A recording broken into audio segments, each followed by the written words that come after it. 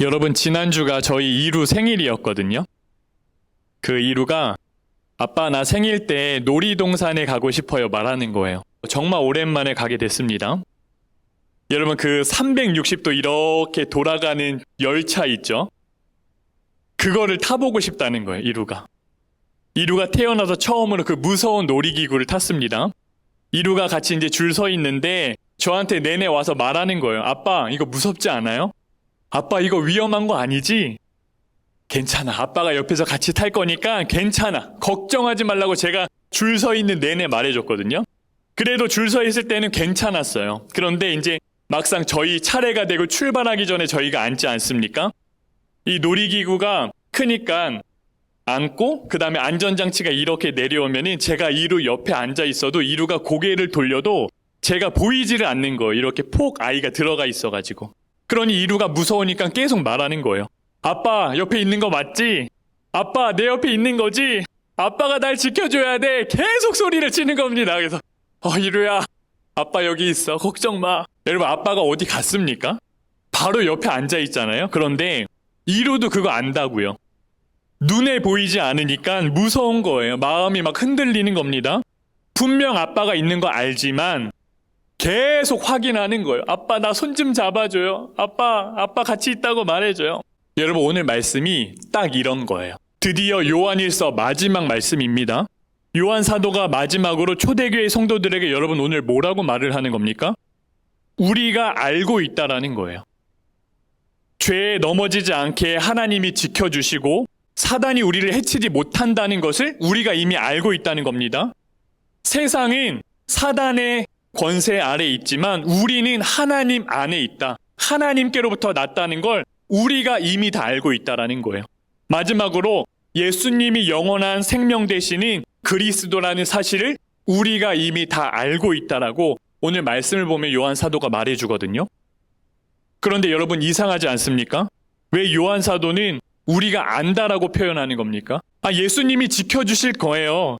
우리는 하나님께로부터 났습니다.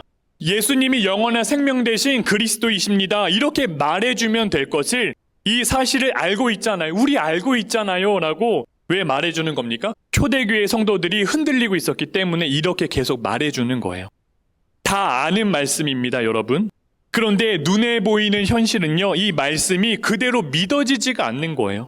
그 시대가 어떻습니까? 요한 사도가 90세 정도 됐다고 말씀을 드렸어요. 이제 예수님을 실제로 만났던 제자들 그리고 그 초대교회 성도들은 대부분 하나님 곁으로 갔습니다. 그러니 태어나면서부터 자연스럽게 교회 다니게 된 성도들 혹은 예수님을 실제로 만나보지 못하고 전도를 받고 교회에 나온 성도들이 있는 거예요. 그 성도들에게 요한 사도가 오늘 이 말씀을 마지막으로 전해주는 겁니다. 하나님이 지켜주신다. 우리는 하나님의 자녀다. 영원한 생명은 예수님께만 있다. 여러분, 그런데 이 사실을 모르는 성도가 어디 있습니까? 초대교회 성도들도요, 그 모태신앙 아이들도 전도받고 온 성도들도 다 들어서 아는 말씀이고 성경을 보고 아는 말씀이라고요. 여러분, 우리도 이 말씀 모르는 사람 여기 계십니까? 한 사람도 없단 말입니다. 우리도 다 알아요. 그런데 당시 성도들이 그 상황을 보면 믿어지지가 않는 거예요. 로마의 박해가 계속 이어지는 겁니다. 이게 여러분 끝날 기미가 보이지 않는 거예요.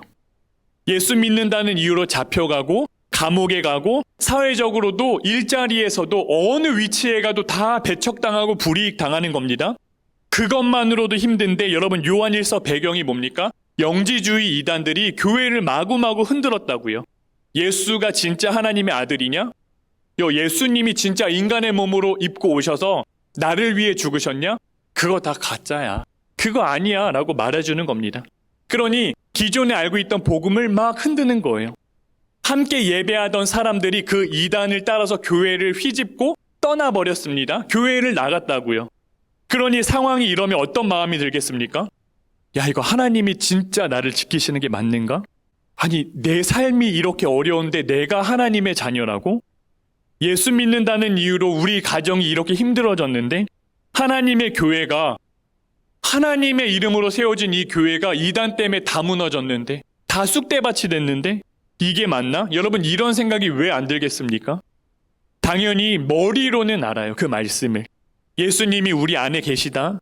우리는 하나님의 자녀다. 예수님께 영생이 있다. 그런데 눈에 보이는 현실은 그렇지가 않은 거라고요. 아는 것과 다르게 여겨지는 겁니다. 그러니 그 마음이 마구마구 흔들리는 겁니다. 여러분, 이루가 제가 아빠 옆에 있는 걸 아는데도 그 두렵고 떨리는 순간에 안전장치에 눈이 가리워지니까 아빠가 옆에 있음에도 불구하고 두렵고 무서워하지 않습니까? 똑같은 거예요. 초대교회 성도들도요, 마찬가지라고요. 들어서 알고 배워서 알고 다 아는데 현실은 내가 아는 것과는 완전 다르게 흘러가고 있는 거라고요. 그러니 마음이 요동치는 거를 붙잡을 수가 없는 거예요. 그래서 요한 사도가 편지 마지막에 여러분 이렇게 말해주는 겁니다. 괜찮아. 이미 우리가 다 알았잖아. 들었잖아. 우리가 알고 있는 그 복음이 진짜 맞아. 그게 진짜야. 그러니 흔들리지 말라고 마지막으로 그렇게 강하게 권면해주는 거라고요. 여러분, 지금 미국과 이란이 계속 전쟁하고 있지 않습니까? 여러분 꼭 기도해 주셔야 하는 겁니다. 믿는 우리가 기도해야 돼요. 그 최근에 미국 공군의 전투기가 격추당했습니다. 그래서 그 조종사가 홀로 적군의 한복판에 떨어졌어요. 이란 땅에. 가지고 있는 거는 권총 하나밖에 없었습니다. 여러분, 이란군이 어떻게까지 했습니까? 우리가 뉴스 봐서 다 아시잖아요. 그 목에다가 포상금까지 걸어서 그 사람 잡아내라고 무단히 애를 썼습니다. 여러분 생각해 보세요. 이게 어떤 일이냐면요, 지금 북한과 우리나라가 전쟁이 일어난 거고 제가 북한 한가운데 떨어져 있는 겁니다. 총 한 자루 들고 내 목에다가 포상금을 걸고 막 찾아 나서는 거라고요. 얼마나 두려운 일입니까? 얼마나 불안한 일이에요? 머리가 하얘져서 아마 저 같으면 아무것도 하지 못할 것 같아요. 그런데 이 미국 장교가 포기하지 않았습니다. 그 산악지대를 막 이동해 가면서 간헐적으로 자기의 위치를 보내면서 무려 36시간 만에 이제 구출되지 않습니까? 여러분, 당연히 군인은 다르죠. 훈련 받잖아요. 그러한 극한의 상황에서 어떻게 36시간 꼬박 하루를 넘겨서 버텨낼 수 있는 겁니까? 그 미국 전투기 조종사들은 엄청 극한의 훈련을 받는다는 거예요. SERE라는 훈련입니다. 생존 훈련, 회피 훈련, 저항하고 탈출하고 막 사막에서 벌레 잡아먹고 생존하는 거예요. 막 적의 추적을 피해가지고 어떻게든 은폐해서 살아남는 겁니다. 그리고 내가 몸이 다치지 않습니까? 스스로 막 치료하고 회복하는 훈련을 다 한다고요. 그런데 이 훈련에서 가장 중요하게 가르치는 게 뭔지 아세요, 여러분? 생존 기술이 아니에요. 너를 구하러 반드시 온다. 그러니 생존하고 신호를 보내라. 확신을 심어주는 겁니다. 여러분, 미군은요, 우리는 전우를 절대로 버리지 않는다는 원칙을 세워놓습니다. 우리는 전우를 절대로 버리지 않는다. 이걸 훈련 내내 반복적으로 배우는 거예요. 그러니 여러분, 전쟁 중에 내가 적국 항복판에 떨어져 있어도 포기하지 않는 겁니다. 왜요? 나 찾으러 반드시 오니까. 그러니 36시간 동안 숨어 있어도 살 수 있다고요. 실제로 1995년도에는 보스니아 내전 당시에 추락한 스콧 오그레디 대위는요, 개미를 잡아먹으면서 6일 동안 버텼다는 거예요. 이분도 구출되었어요. 여러분, 이 군인들이 적국 한복판에서 36시간, 일주일 동안 그렇게 버틸 수 있는 힘이 어디서 나오는 겁니까? 반드시 데리러 온다는 확신 안에 있는 거예요. 혼자가 아니라는 확신, 구조팀이 나 구하러 온다는 확신, 그 확신이 그 두 분을 살린 거라고요. 여러분, 말씀을 들으면 우리가 이렇게 생각할 수가 있습니다. 목사님, 그거는 미국이니까 그렇죠. 미국. 목사님도 뉴스 봐서 알잖아요. 미국 그 적국의 대통령도 30분 만에 잡아오지 않습니까? 이란 최고 지도자들만 골라가지고 사살하는 나라가 미국이잖아요, 목사님. 36시간 만에 구조됐다. 이거 정말 멋진 이야기인데 내 삶과는 완전 동떨어져 있는 이야기 하시는 거 아닙니까? 우리는 목사님 전쟁터에 나가지도 않는다고요. 그냥 하루하루 그냥 내 일터에서 내 삶의 현장에서 그 살아내는 것조차 어려운 실정이라고요. 힘들어요, 목사님. 맞아요. 여러분, 충분히 우리가 이렇게 생각이 듭니다. 여러분, 우리가 그러면은 왜 살아가면서 불안해하는 겁니까? 전쟁 한복판 적진에 홀로 떨어져 있으면 불안하고 두렵잖아요. 왜요? 내가 할 수 있는 게 없어서 그런 거예요. 그러니 두려운 거라고요. 꼼짝없이 숨어서 나 숨만 쉬고 있어야 되는 겁니다. 내 생명도 내 손에 달린 게 아니라 발각되면 끝나는 거라고요. 그러니 두려운 거예요, 여러분. 우리도 마찬가지 아닙니까? 전쟁터에 있는 건 아니지만 인생이 그렇잖아요. 여러분, 내 뜻대로 되는 게 어디 있습니까?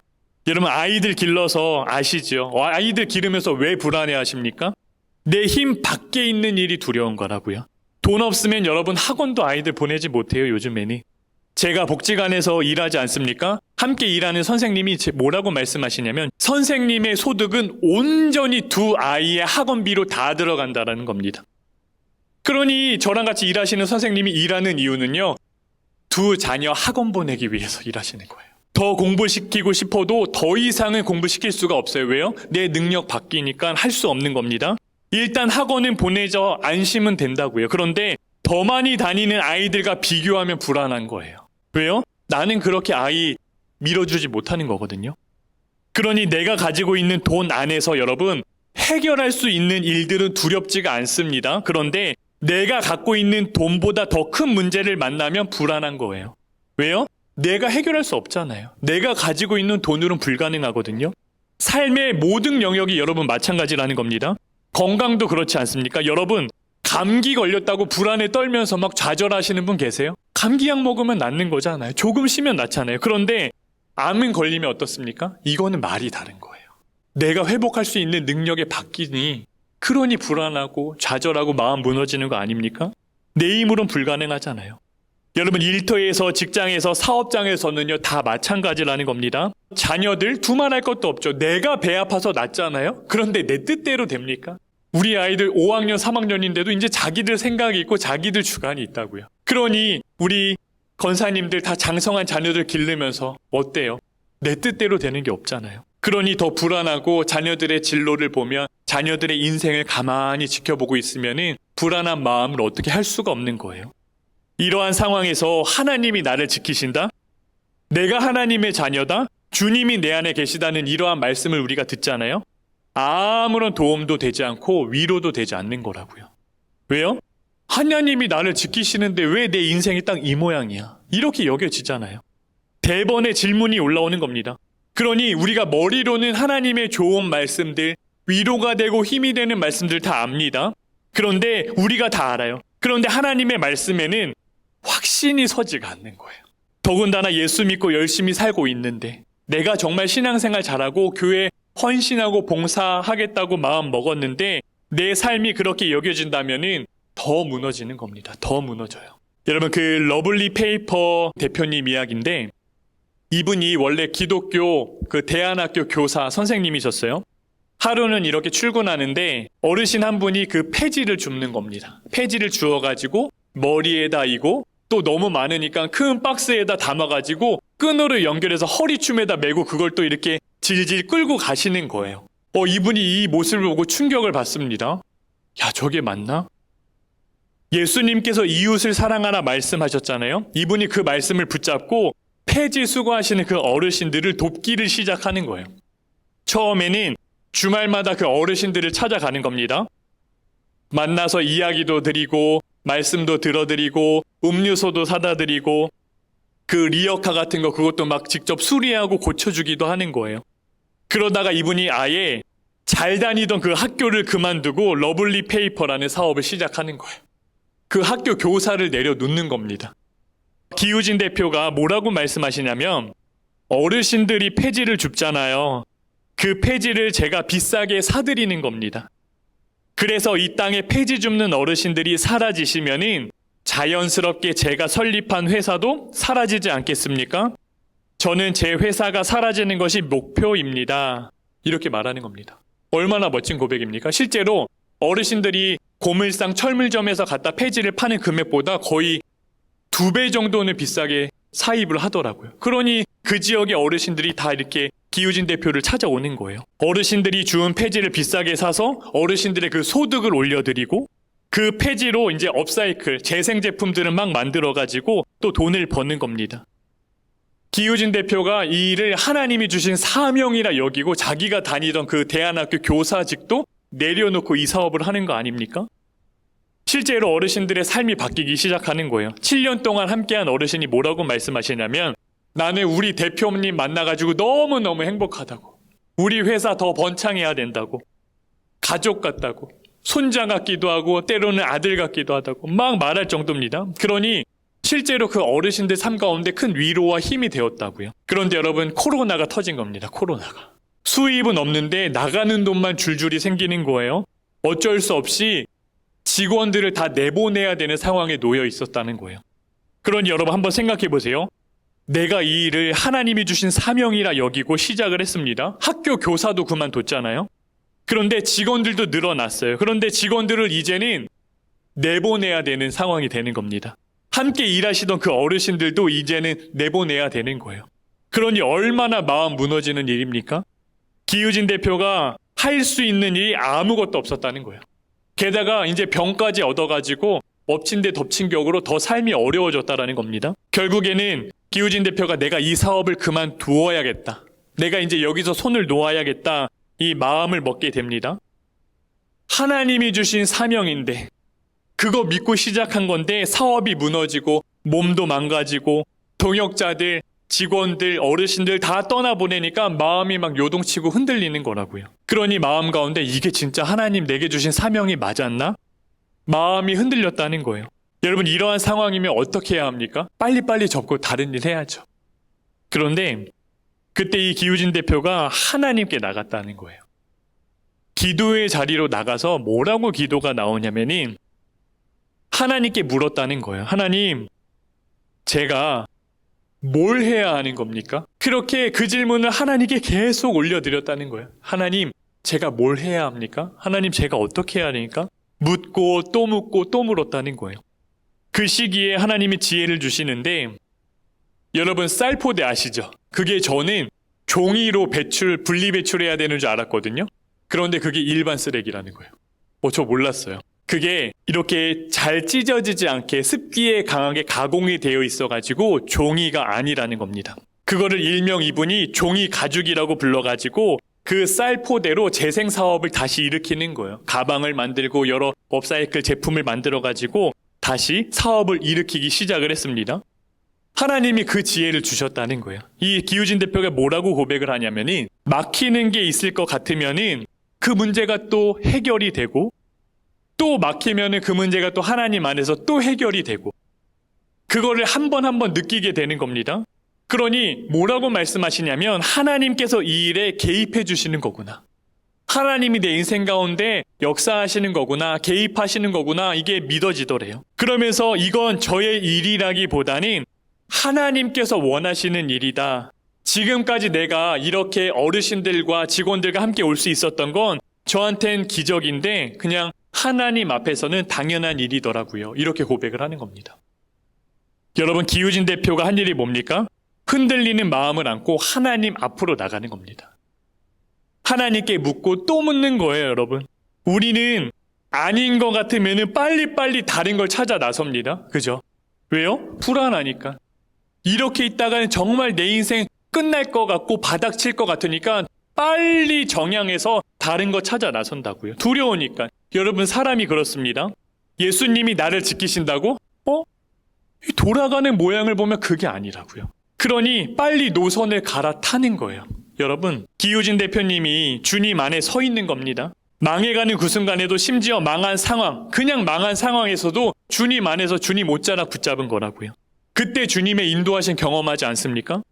여러분, 예수님이 이웃을 사랑해라 주신 말씀을 딱 붙잡았을 때 끝까지 이웃 사랑할 수 있도록 그 사업장을 지키시고 인도하시는 분이 누구십니까? 하나님이셨다는 거예요. 여러분, 요한일서 진짜 마지막 말씀 제가 읽어드릴게요.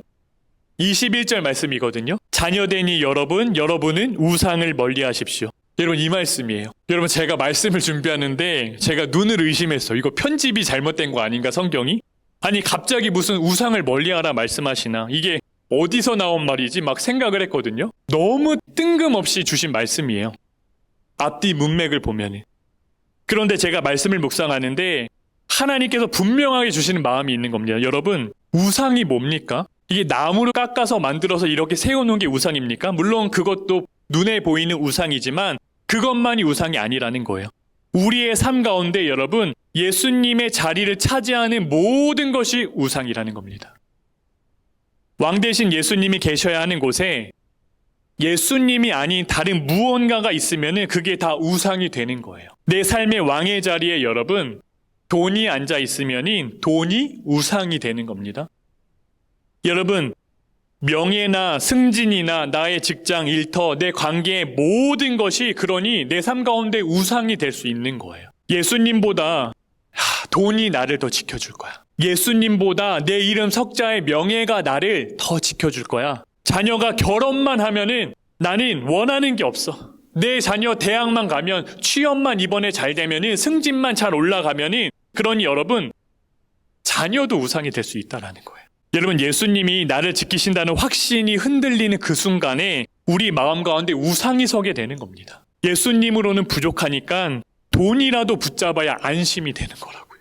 여러분, 하나님이 내 편이라는 사실에 그 믿음의 확신이 흔들리니까 사람이라도 내 편이 있어야지, 사람에게라도 내가 인정받아야지 마음이 편한 거예요. 건강이 흔들리니까 여러분, 그 건강 검진 결과표만 붙들고 맨날 병원만 왔다 갔다 하면 내 마음은 평안을 찾는 겁니다. 자녀가 걱정되니까 자녀의 성적에 지금 우리 아이들이 몇 등이지? 어느 위치에 있지? 이것만 놓고 사는 거예요. 예수님 자리를 다 내 삶에 무언가가 올라가 있는 겁니다. 여러분, 그게 우상이라는 거예요. 말씀을 듣고 여러분 오해하시면 안 됩니다. 목사님, 돈 없으면 어떻게 살아요? 아니, 목사님도 낮에는 돈 벌러 다니시잖아요. 그럼 병들어도 지금 병원 가지 말라고 말씀하시는 거예요, 목사님? 자녀는 공부시키지 말고 그냥 바보로 키우라는 겁니까, 목사님? 여러분, 제가 그렇게 말씀드리는 게 아니에요. 우리가 돈 안 쓰고 살 수가 없습니다. 자녀를 안 가르치고 키울 수가 없습니다. 건강을 안 챙기고는 우리가 온전히 살아내기도, 하나님 말씀 순종하기도 어렵다고요. 여러분, 그러니 요한 사도가 뭐라고 말하는 겁니까? 멀리 하라는 거예요. 예수님보다 가까이 하지 말라는 겁니다. 여러분, 이해가 되세요? 마음의 중심의 자리에 우리의 인생의 왕의 자리를 예수님 말고 그 무엇에게도 내어주지 말라는 겁니다. 요한 사도가 마지막에 그 말씀 전해주시는 거예요. 돈은 쓰되 여러분, 돈이 주인이 되지 않게 하라는 거예요. 여러분, 자녀를 사랑하되 자녀의 성공이 내 삶의 1등의 목적이 되게 하지 말라고 말씀하시는 겁니다. 여러분, 눈에 보이는 현실에 무너지는 것이 아니라 예수님이 나를 지키신다는 그 말씀을 우리가 머리로만 아는 것이 아니라, 그러니 삶으로 한번 내가 직접 살아내 보라고 말씀해 주시는 겁니다. 우리가 아는 것, 거기서 멈추는 것이 아니라 말씀 앞에서 믿음의 확신으로 우리가 한번 반응해 보라고 말해주는 거예요. 그렇게 주님 안에서 우리가 살아내라. 요한 사도가요, 그 예수님을 만나보지 못한 그 다음 세대들, 그 우리 자녀들 세대에게 당부하는 겁니다. 여러분, 이번에 살아온 그 미국 장교가 이란 땅 한복판에서 떨어져서 보낸 메시지가 뭐라고 보냈는지 아세요, 여러분? 미국은 위대하다! 이렇게 보냈습니까, 여러분? 내가 미국의 장교다! 이렇게 보냈습니까? 뭐라고 보냈냐면, 여러분, 하나님은 선하시다 보냈어요. 이런 전쟁 중에 비행기가, 내가 탄 비행기가 격추돼서 떨어졌습니다. 큰 부상을 내가 당했고요. 총 한 자루 들고 있는 거예요. 적국, 이 사람들은 지금 내 목에다가 엄청난 돈을 걸어가지고 나 잡으려고 혈안이 돼 있는 사람들입니다. 그런데 여러분, 이분 안에는요, 그럼에도 하나님은 선하신 거예요. 여러분, 미국이 이렇게 훈련시켰을까요? 조난당하면은 하나님은 선하시다, 메시지 쳐라, 이렇게 가르친 게 아니라고요. 그러니까 메시지를 받은 미국도 이거 함정 아니야? 이란이 우리 잡아내려고 우리 군인들 끌어서 더 격추시키려고 이렇게 함정 판 거 아닐까? 의심했어요. 그런데 그 동료들이 뭐라고 증언합니까? 그는 정말 신실한 그리스도인이었다는 거예요. 그래? 그럼 가자. 그이가 맞다. 그렇게 구출작전이 진행되고 36시간 만에 살아 돌아오잖아요. 여러분, 미국도 자기 군인 한 명을 절대 버리지 않는데 하물며 전능하신 하나님이 자기 자녀 버리시겠습니까, 여러분? 세상 한복판에서 겨우겨우 우리가 목숨 부지하면서 버티고 오늘 하루 겨우 버티고 이 자리에 나온 우리를 그냥 내버려 두시겠냐고요. 절대 그렇지 않다는 거예요. 여러분, 오늘 말씀에 예수님께서 지켜주심으로 사단이 해치지 못한다라고 분명하게 성경에 기록해 주셨거든요. 사단이 우리를 해치지 못한다는 겁니다. 세상이 우리를 어떻게 하지 못한다는 거예요. 왜요? 예수님이 우리 지켜주시기 때문에. 내가 예수님을 꽉 잡고 있어서 여러분, 우리가 안전한 게 아닙니다. 내가 신앙을 열심히 해서 예수님이 저 걷어주시고 구원해 주시는 게 아니라 예수님이 저를 콕 붙잡고 계시다는 거예요. 주님이 우리를 지켜주고 계시다는 거예요. 그래서 안전하다는 겁니다. 내 믿음의 크기가 아닙니다, 여러분.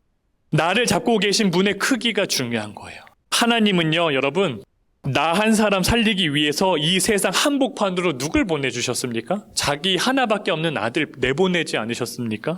미국 군인들 다 살아 돌아가지 않았습니까? 그런데 하나님의 아들은, 여러분, 예수님은요, 이 땅에 나 때문에 오셔서 목숨 다 던졌다고요. 십자가에서 돌아가셨잖아요. 여러분, 그게 하나님의 마음이에요. 우리를 향한. 그러니 우리가 눈에 보이는 상황에 확신을 거는 게 아닙니다. 하나님의 말씀에 확신을 거시는 거예요. 여러분, 이루가, 저희 아들 이루가 태어나서 처음으로 그 360도 도는 그 열차 놀이기구 탔잖아요.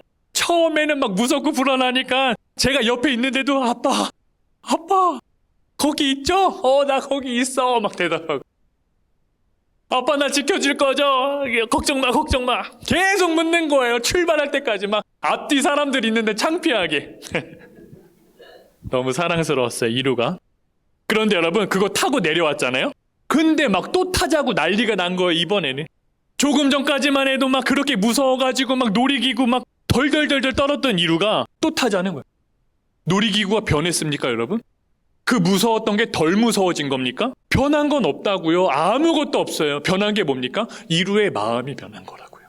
아빠랑 같이 타면 무서울 게 없다. 아빠 옆에 있다는 걸 온몸으로 이제 경험하고 그 살아내보니까, 두 번째는 인생 뺑뺑이 같은 롤러코스터가 재미있는 놀이터가 되는 거예요. 여러분, 들어서 아는 게 아니라 타보니까 아는 겁니다. 흔들리고 뒤집히는 그 순간에도 아빠가 진짜 나와 함께 있었다는 걸 아니까 무서울 게 없는 거라고요. 그러니 또 그 현장에 가도, 그걸 올라타도 두려운 마음이 없는 겁니다. 여러분, 우리의 믿음이 그래요. 처음에는 마구 흔들린다고요. 보이지 않으니까 불안합니다. 하나님이 나를 지키신데 현실은 안 그런 것 같으니까 마음이 막 요동친다고요. 그런데 그 자리에 떠나지 않고 우리가 주님 안에 온전히 서 있어 보는 겁니다. 기우진 대표님처럼 묻고 또 묻는 거예요. 사업이 완전히 망하고 기울어지고 직원들 다 내보내는 상황에서도 하나님 이게 맞습니까? 하나님 뭐라 말씀해 주세요. 그러니 하나님이 길을 내시지 않습니까? 그 경험 한 번이, 그 경험 한 번, 두 번이 내 인생을 뒤집어 놓는다는 겁니다. 아, 진짜 하나님이 나를 붙잡고 계신 거구나. 한 번도 나를 떠나신 적이 없으시구나. 여러분, 놀이기구 변한 게 없었어요? 여러분, 우리의 인생에서 뭐 하나 달라지는 게 있습니까? 여러분, 우리의 인생 가운데 당장에 이 문을 박차고 나가면 변화되는 게 있을까요? 똑같아요. 나 물고 헐뜯는 사람 똑같습니다. 일터에서 문제 그대로 남아있다고요. 내 인생의 무거운 짐들 그대로 있어요. 여전히 있다고요. 그런데 여러분, 상황은 하나도 안 바뀌는데 여전히 무섭고 여전히 두렵고 힘들 수 있습니다. 그런데 변하는 게 뭡니까? 저 문을 열고 나갈 때 우리의 마음이 이제 180도 달라지는 거예요. 주님이 나와 함께 하신다는 확신이 마음에 딱 서는 순간에 같은 상황인데 여러분, 우리가 완전히 다르게 살아낼 수 있는 겁니다. 두려워 벌벌 떨다가 이제 신나서 껑충껑충 뛸 수 있게 되는 거예요. 여러분, 우리가 늘 읽고 듣는 하나님의 말씀 있죠. 여러분, 늘 성경 읽잖아요. 우리가 알고 있는 것, 그 말씀이 우리 인생의 답인 거예요. 하나님이 나를 지키신다. 우리는 하나님의 자녀다. 예수님 안에만 영원한 생명이 있다. 이번 한 주 우리가 흔들려도 여러분 괜찮습니다. 다만 어떤 상황에 우리가 놓여 있던지 우리가 주님 안에서 떠나지 않는 겁니다. 그 말씀 안에 확신을 걸고 그 말씀을 믿음으로 붙잡고 서시는 거예요. 그러면 주님이 내 손을 꽉 붙잡고 계신 걸 보게 될 겁니다. 느끼게 될 거예요. 그러면 우리가 담대함으로 이 땅 가운데 예수 이름 들고 나갈 수 있는 거예요. 흔들리지 않을 수 있는 겁니다. 날마다 우리가 주님의 선하심 누리며 살아가는 은혜가 저와 여러분 삶 가운데, 우리 사랑하는 가족들 그리고 직장의 동료들, 나로 인하여서 그 은혜가 흘러가게 되기를 주님의 이름으로 축복을 드립니다.